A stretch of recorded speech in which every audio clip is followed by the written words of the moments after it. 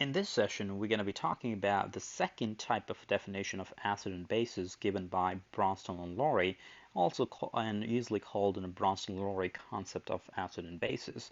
So they actually gave a definition of an acid and a base based on who can donate the H plus or who can accept the H plus. It's a little bit different than the Arrhenius concept, especially for the base. However, the acid definition for the Arrhenius and for the Brønsted-Lowry is more or less the same. Because if you recall, according to Arrhenius, the definition of an acid is whoever can give out H plus. And according to Brønsted-Lowry, the definition of acid is any chemical that's actually a proton donor. So what really a proton is? So proton is another name for H+. So from now on, if you hear me calling a proton, I'm just literally talking about the H+. So the examples would be the same, like HF, HCl, or HBr, or HNO2. Any of those guys are going to be proton donors, and those are going to be called an acids. However, they did change the definition of the base compared to the definition of the base from the Arrhenius concept. According to them, anything that will actually take in the proton will be the base. All right, so not necessarily whoever gives OH minus, but rather whoever takes in H plus would be a base. So, and typical examples are like NH3, pH3, and some other bases.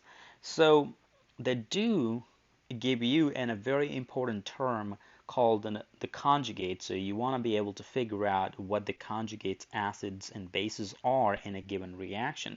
So to better understand this, let me write down an example. Assume I have this CH3COOH aqueous reacting with liquid water, and it's a weak acid, and since it's a weak acid, it's going to have an equilibrium setup. It's not going to be completely dissociated into ions, and in the process, this CH3COOH is called an acidic acid, so it's going to act as an acid.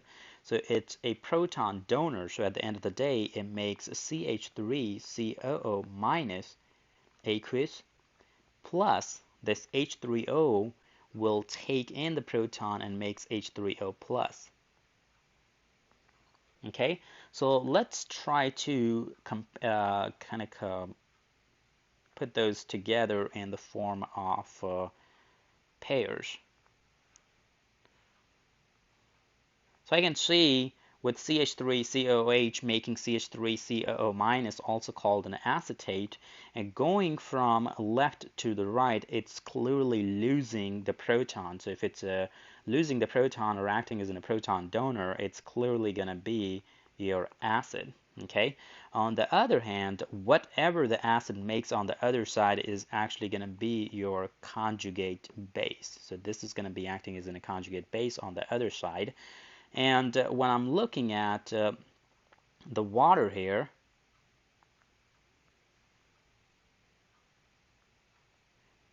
clearly see the water makes an H3O plus, so it's actually taking in the proton, so it's a proton acceptor. As a result, it's going to be called a base, and whatever it makes on the other side will be called a conjugate acid. So one of the best ways to figure out what are the conjugate acids and bases going to be, figure out your acids and bases on the left side, and it flips when you go on to the other side. For example, whatever is the acid on the left side is going to be the conjugate base on the right side, and whatever is the base on the left side is going to be the conjugate acid on the right side.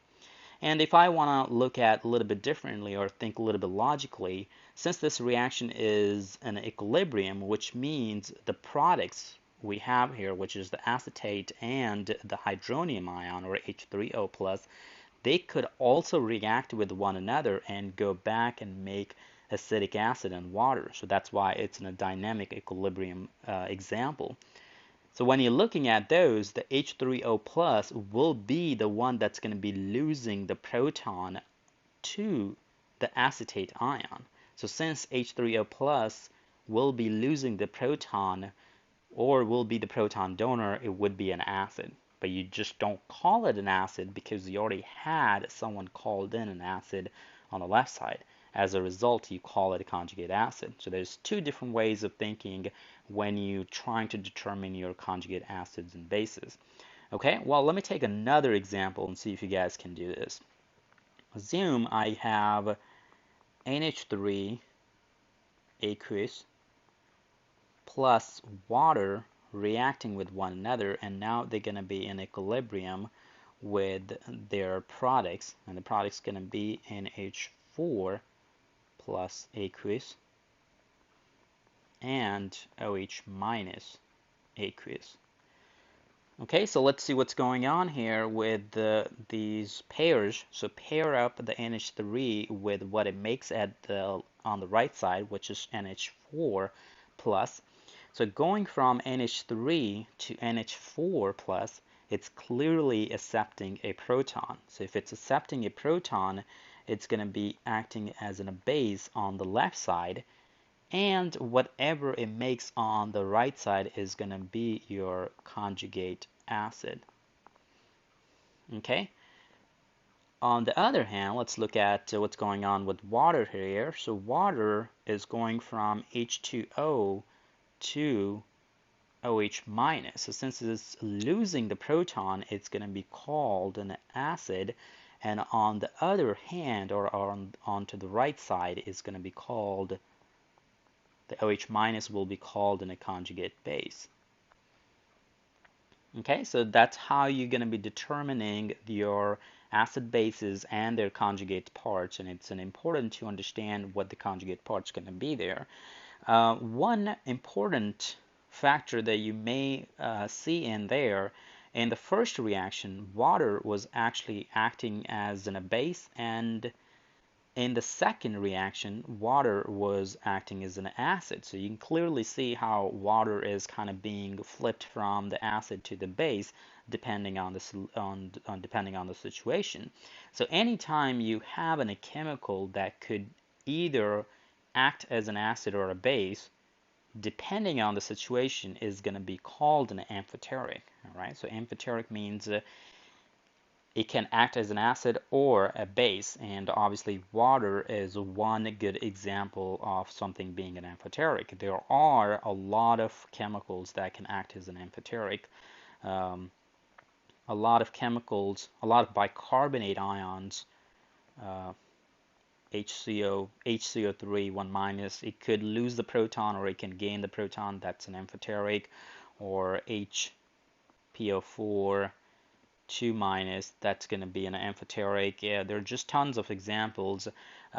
Just know the definition of amphoteric and know some of the examples. And in addition to some of these common acids and bases making the amphoteric, the other one's going to be the metal oxides. So a lot of metal oxides, for example, Al2O3, they could act as either an acid or a base, or Fe2O3, or PbO, they can act as an amphoteric species.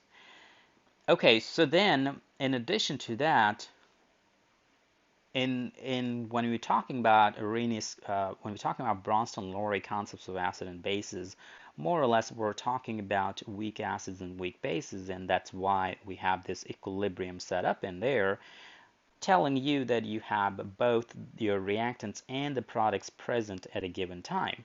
And that's why they're going to be called your weak electrolytes, and which literally means they ionize partially. So if I want to go ahead and write down maybe HF aqueous plus water, and since HF is a weak acid, is going to set up an equilibrium on to make H3O plus aqueous and F minus aqueous.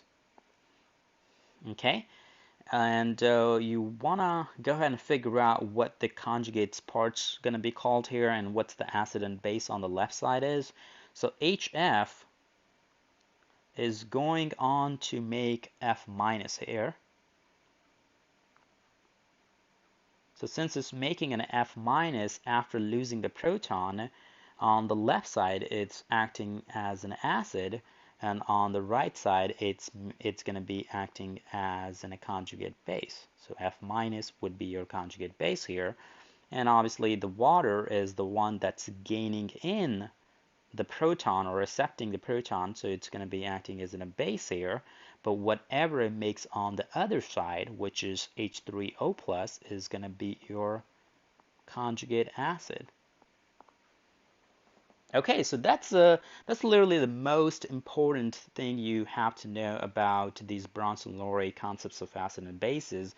Obviously, make sure you know the definition, know the similarities between the definitions of acid with the definition from the Arrhenius concept, and be able to figure out what the acid and the base is, and on the product side what the conjugate part's going to be. So that's typically the most important thing.